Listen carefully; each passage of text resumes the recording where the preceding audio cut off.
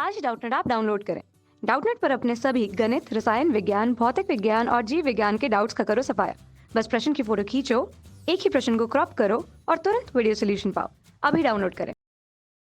Question दिया है FeCN का होल 6, इसके ऊपर आवाज कितना है -4 ओके, तथा FeH2 का होल 6, इसके ऊपर आवाज है +2 ओके। तनु विलयन में विभिन्न रंग के होते हैं क्यों? तो हमें इसमें बताना है कि इन दोनों में ये तनु विलयन में मिलाने पे विभिन्न रंग क्यों देते हैं, इसका हमें कारण यहाँ पे मेंशन करना है ओके। तो चलिए क्वेश्चन को स्टार्ट करते हैं। सबसे पहले मैं क्या करता हूँ, FeCN होल 6 इसके ऊपर आवाज -4, इसको मैं यहाँ पे लिख लेता हूँ। ये रहा ब्रैकेट, इसमें लिखा है FeCN का होल 6, तो मैंने लिख दिया FeCN का होल 6। इसके ऊपर आवाज कितना है 4 नेगेटिव, तो मैंने यहाँ पे 4 नेगेटिव नहीं 4 ऋण आवेश लिख दिया ओके। अब मैं बात करता हूँ Fe की अक्षीय अवस्था का, तो मैं मान लेता हूँ Fe की अक्षीय अवस्था क्या है x ओके। तो मैंने यहाँ पे क्या पुट कर दिया x, तो मैं इसको लिखूंगा x प्लस साइनाइड को होता है CN को होता है -1 6 CN, इसलिए मैं यहाँ पे पुट करूँगा 6 इंटू -1। और इस टोटल के ऊपर आवेश कितना है -4 का, तो मैं यहाँ पे -4 पुट कर दिया ओके। सॉल्व करने पे हमें क्या मिलेगा x - 6 इक्वल टू -4, या फिर इसको और सिंप्लीफाई करने, तो और सिंप्लीफाई करने से हमें x की वैल्यू क्या मिली +2 मिली ओके।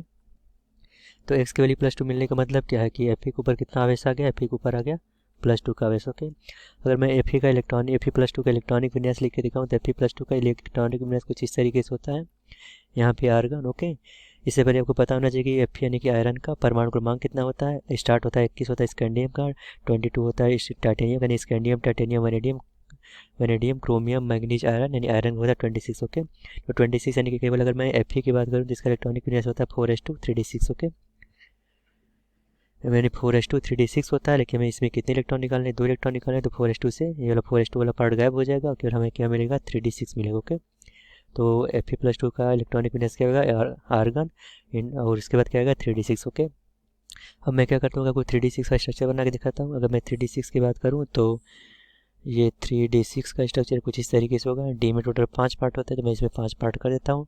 d6 का मतलब होता है कि मैं 6 इलेक्ट्रॉन फिल करने हैं, तो मैं इलेक्ट्रॉन फिल करना स्टार्ट करता हूँ। सबसे पहले एक एक इलेक्ट्रॉन भरते हैं, 1 2 3 4 5, उसके बाद इलेक्ट्रॉनों का युग्मन स्टार्ट हो जाता है, ये 6ठा इलेक्ट्रॉन ओके।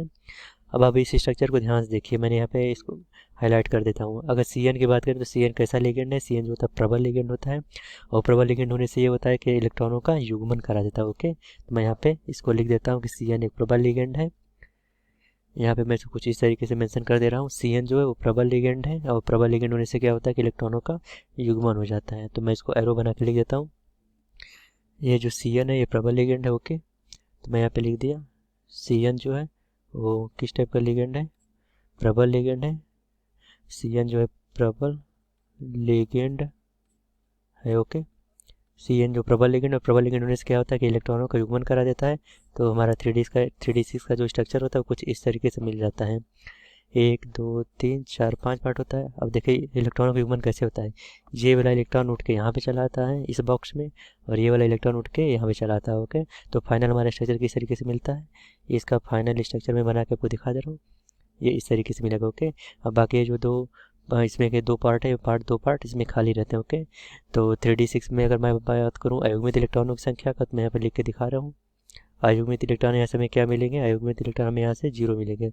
मैं लेता हूँ अयुग्मित इलेक्ट्रॉनों की संख्या इक्वल टू 0, इसको मैं बॉक्स में कवर कर देता हूँ ओके। यानी कि यहाँ से हमें अयुग्मित इलेक्ट्रॉनों की संख्या क्या मिली 0। इसका रीजन ये था कि CN जो प्रबल लिगेंड है, और प्रबल लिगेंड होने से इलेक्ट्रॉनों का युग्मन कर रहा था, इसलिए हमें अयुग्मित इलेक्ट्रॉनों की संख्या यहाँ पे 0 मिली ओके। मैं इसको हाईलाइट कर देता हूँ। अगर मैं सेकेंड पार्ट की बात करूँ तो सबसे पहले आपको दिखा देता हूँ सेकेंड पार्ट में क्या लिखा हुआ है। इसमें लिखा हुआ है FeH2 का होल 6 +2 का वैसे ओके। तो मैं यहाँ पे लिख देता हूँ FeH2 का होल 6, FeH2 का होल 6, ये हमारा ब्रैकेट में रहेगा। और इसके ऊपर आवेश कितना है मैं एक बार देख लेता हूँ। इसके ऊपर आवेश है +2 का, तो मैं यहाँ पे लिख लेता हूँ +2 ओके। सेम प्रोसेस मैं इसमें भी करूँगा, आपको Fe का इलेक्ट्रॉनिक विन्यास लेके दिखाऊंगा। अगर Fe के इलेक्ट्रॉनिक विन्यास की बात करूँ तो स्टार्टिंग में मान लेता हूँ कि इसका x है, तो यहाँ से मैं लिखूँगा x + 6 इंटू H2 को होता है 0, और टोटल के ऊपर आवेश कितना है +2, तो मैंने यहाँ पे लिख दिया +2 ओके। ये हमारा सेकेंड पार्ट है ओके। तो यहाँ से मैं सॉल्व करने पर क्या मिला, x + 0 इक्वल टू +2, या फिर x equal to +2 okay. x equal to +2 पे आने का मतलब क्या है कि Fe के ऊपर कितना अक्षीय अवस्था आएगा +2 का, यानी Fe के ऊपर +2 का आवेश आ जाएगा। अगर मैं इसके इलेक्ट्रॉनिक विन्यास की बात करूँ तो इसका भी इलेक्ट्रॉनिक विन्यास सेम होगा जैसे कि इसमें हुआ था।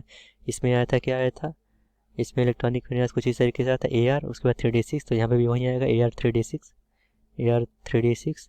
और इसका स्ट्रक्चर मैं आपको फिर से बना के दिखा देता हूँ। हमें 3d6 का स्ट्रक्चर बनाना है, तो ये कुछ इस तरीके से होगा। तो हमें 6 इलेक्ट्रॉन फिल करने हैं, तो 1 2 3 4 5 और छठा इलेक्ट्रॉन यहाँ से युग्मन हो जाता है। ओके, अब आपको पता होना चाहिए कि H2 जो होता है वो H2 दुर्बल लिगेंड होता है। ओके, तो मैं यहाँ पे लिख देता हूँ H2 दुर्बल लिगेंड होता है, दुर्बल लिगेंड होने से इलेक्ट्रॉनों का युग्मन होता ही नहीं है। तो मैं यहाँ पर मेंशन कर देता हूँ कि H2 जो है दुर्बल लिगेंड है, H2 दुर्बल लिगेंड है। H2 जो है किस टाइप का लिगेंड है, ये दुर्बल लिगेंड है। मैं इसको सही से लिख देता हूँ, H2 जो है दुर्बल लिगेंड, मैंने इसको लिख दिया H2 जो है वो दुर्बल